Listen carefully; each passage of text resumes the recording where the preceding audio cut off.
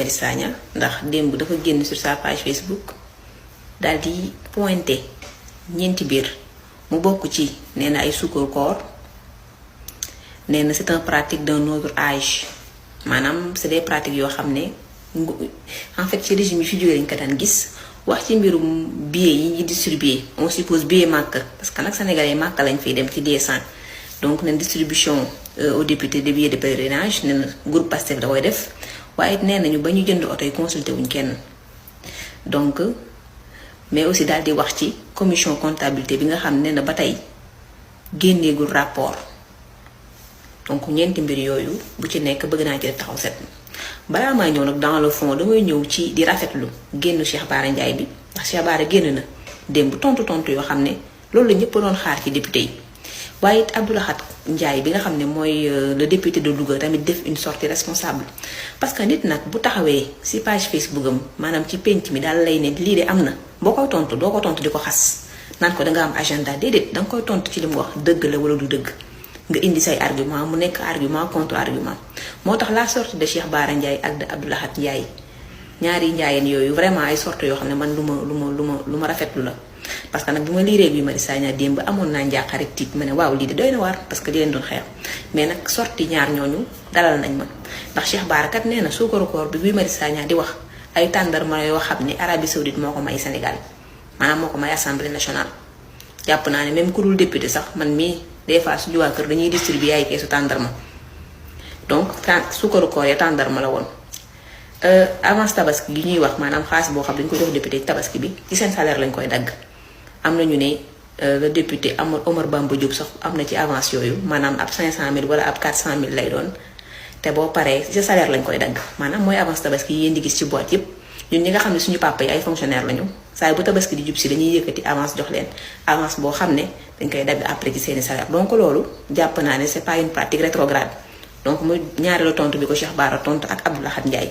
waaye ñetteel bi mu ne billet Makka yi parce que buñu nee Guy Marius Sagna dafa ne la distribution aux députés de billets de pèlerinage à des D100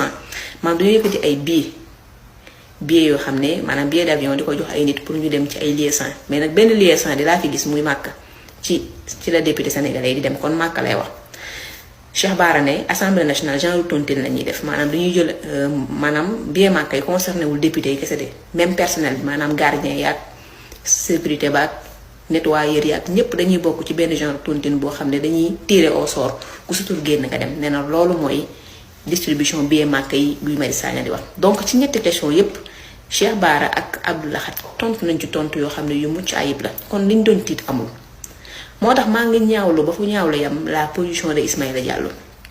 taxaw naan diw dafa am agenda politique loolu ça ne nous intéresse pas bu amee agenda politique moom la les Sénégalais am nañ capacité de discernement.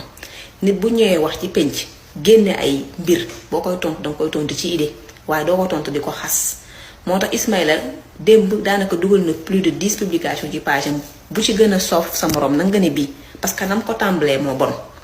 donc ma ñëw ci beneen point bi mooy commission comptabilité bi Guy Marius Sagna ci la bokk maanaam moom bu amee kenn ku ñu war a laaj fu mbir yi toll moom la war a doon parce que ci commission bi la bokk commission comptabilité nag. depuis 35 ans liggéeyul maanaam bi El Malick Ndiaye ñëwee en tant que président de l'Assemblée nationale lay doog a liggéey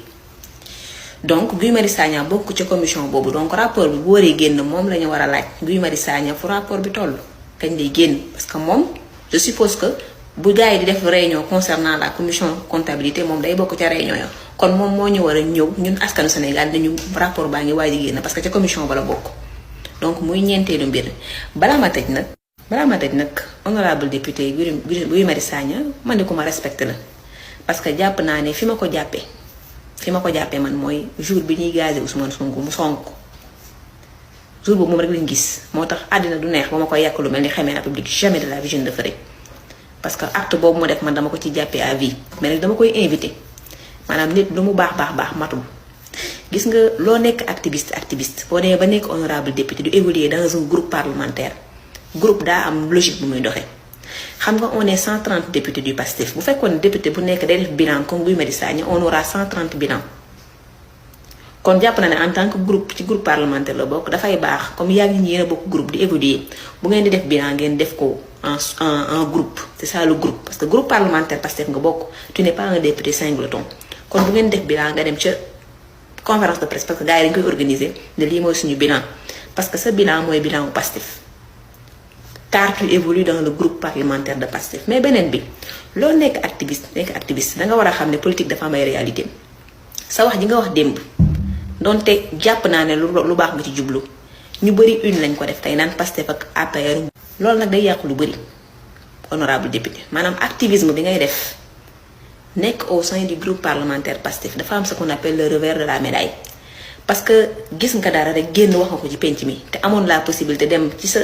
maanaam dem vers l'information ndax yow li nga am amuñu ko yow bu la neexee tey nga gis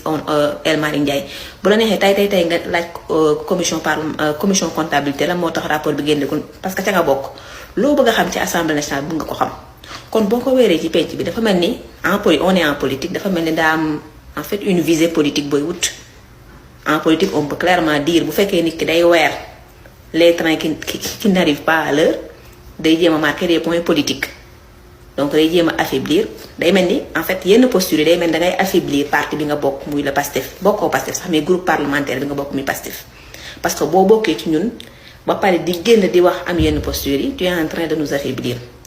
On ne peut pas nag faire face à un système qui peine à s'affaisser parce que le système est toujours là la presse elle est là elle tire sa wax ji nga génn wax ñu bëri ñu ngi koy utiliser contre nous donc façon bi ngay defee bu ma sañoon nga koy xoolaat bu baax parce que nag député nga waaye député Pastef nga tu évolues dans le groupe parlementaire de Pastef nekk tête de liste Ziguinchor Ousmane Sonko wóolu la fa def teg la fa donc il faut nga mate lañ la fa tegee. Donc di laa amoon lu ma wax ci kaaw Guy Marius Sagna sama gars yi ma doon seen actualité de ce jour wala seen jàngat ngeen xamee ko noonu je vous remercie. Guy Marius Sagna ndax démb dafa génn sur sa page Facebook daal di pointé ñeenti biir mu bokk ci nee na ay suukar koor nee na c'est une pratique d'un autre âge maanaam c'est des pratiques yoo xam ne en fait ci régime yi fi jógee dañ ko daan gis. wax ci mbirum billet yi ñuy distribuer on suppose billet Makka parce que nag sénégalais Makka lañ fiy dem ci D100 donc nen distribution aux députés de billets de pèlerinage nee na groupe Pastef da koy def waaye it nee nañu ba ñu jënd oto yi consulté wuñ kenn donc mais aussi daal di wax ci commission comptabilité bi nga xam ne na ba tey génneegul rapport donc ñeenti mbir yooyu bu ci nekk bëgg naa ci def taxaw set. balaa may ñëw nag dans le fond damay ñëw ci di rafetlu génn Cheikh Bara Ndiaye bi ndax Cheikh Bara génn na démb tontu yoo xam ne loolu la ñëpp doon xaar ci député yi waaye it Abdou Lahad Ndiaye bi nga xam ne mooy le député de Louga tamit def une sortie responsable parce que nit nag bu taxawee ci page Facebook am maanaam ci penc mi daal lay ne lii de am na boo koy tontu doo ko tontu di ko xas naan ko danga am agenda déedéet danga koy tontu ci li mu wax dëgg la wala du dëgg. nga indi say argument mu nekk argument contre argument moo tax la sortie de Cheikh Bara Ndiaye ak de Abdou Lahad Ndiaye ñaari njaayeen yooyu vraiment ay sorties yoo xam ne man lu ma rafetlu la parce que nag bi ma liiree Guy Marius Sagna démb amoon naa njàqare tiit ma ne waaw lii de doy na waar parce que di leen doon xeex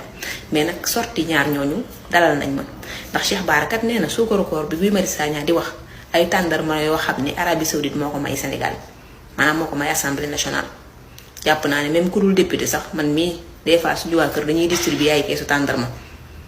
donc suukaru koor ya tàndarma la woon avance tabaski gi ñuy wax maanaam xaalis boo xam dañ ko jox député tabaski bi ci seen salaire lañ koy dagg am na ñu ne le député Omar Bamba Diop sax am na ci avance yooyu maanaam ab 500000 wala ab 400000 lay doon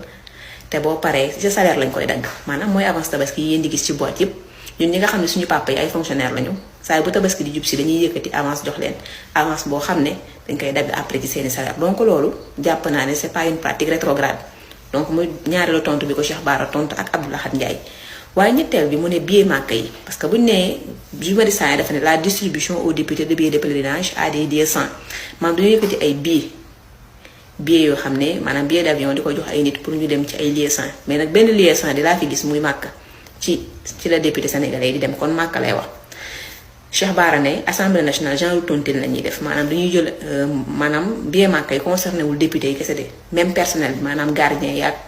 sécurité baak nettoyeur yaak ñépp dañuy bokk ci benn genre tontine boo xam ne dañuy tirer au sort ku sutur génn nga dem nee na loolu mooy distribution billet Makka yi Guy Marius Sagna di wax donc ci ñetti question yépp Cheikh Bara ak Abdou Lahad tontu nañ ci tontu yoo xam ne yu mucc ayib la kon liñ doon tiit amul. moo tax maa ngi ñaawlu ba fu ñaawlu yam la position de Ismaïla Diallo taxaw naan diw dafa am agenda politique loolu ça nous intéresse pas bu amee agenda politique moom la les Sénégalais am nañ capacité de discernement nit bu ñëwee wax ci penc génne ay mbir boo koy tontu danga koy tontu ci idée waaye doo ko tontu di ko xas moo tax Ismaïla démb daanaka dugal na plus de 10 publications ci page am bu ci gën a soof sa morom na nga ne bii parce que nam ko tàmbalee moo bon donc ma ñëw ci beneen point bi mooy commission comptabilité bi Guy Marius Sagna ci la bokk maanaam moom bu amee kenn ku ñu war a laaj fu mbir yi toll moom la war a doon parce que ci commission bi la bokk commission comptabilité nag depuis 35 ans liggéeyul maanaam bi El Malick Ndiaye ñëwee en tant que président de l'Assemblée nationale lay doog a liggéey donc Guy Marius Sagna bokk ci commission boobu donc rapport bi bu waree génn moom la ñu war a laaj Guy Marius Sagna fu rapport bi toll kañ lay génn parce que moom je suppose que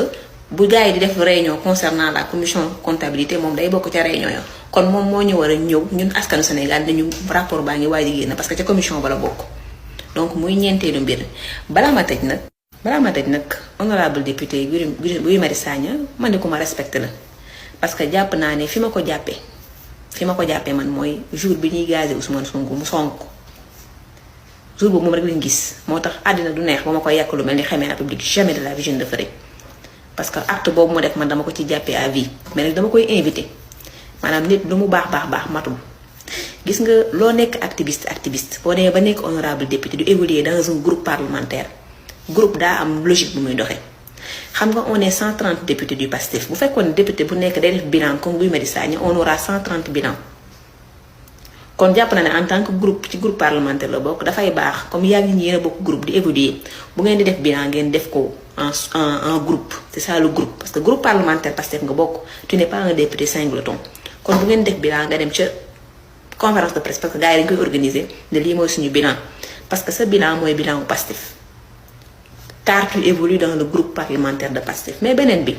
loolu nekk activiste da nga war a xam ne politique dafa am ay réalité sa wax ji nga wax démb donte jàpp naa ne lu baax nga ci jublu ñu bëri une lañ ko def tey naan Pastef ak APR loolu nag day yàqu lu bëri honorable député maanaam activisme bi ngay def nekk au sein du groupe parlementaire Pastef dafa am ce qu'on appelle le revers de la médaille parce que gis nga dara rek génn wax nga ko ci penc mi te amoon la possibilité dem ci sa maanaam dem vers l'information ndax yow li nga am amuñu ko yow bu la neexee tey nga gis El Malick Ndiaye bu la neexee tey nga laaj commission comptabilité la moo tax rapport bi génne ko parce que ca nga bokk loo bëgg a xam ci assemblée nationale bëgg nga ko xam kon boo ko weeree ci penc bi dafa mel ni on est en politique dafa mel ni daa am en fait une visée politique booy wut en politique on peut clairement dire bu fekkee nit ki day weer les trains qui n'arrivent pas à l'heure day jéem a marquer des points politiques donc day jéem a affaiblir day mel ni en fait yenn posture yi day mel ni dangay affaiblir parti bi nga bokk muy la Pastef bokkoo Pastef sax mais groupe parlementaire bi nga bokk muy Pastef parce que boo bokkee ci ñun ba pare di génn di wax am yenn posture yi tu es en train de nous affaiblir on ne peut pas nag faire face à un système qui peine à s'affaisser parce que le système est toujours là la presse elle est là elle tire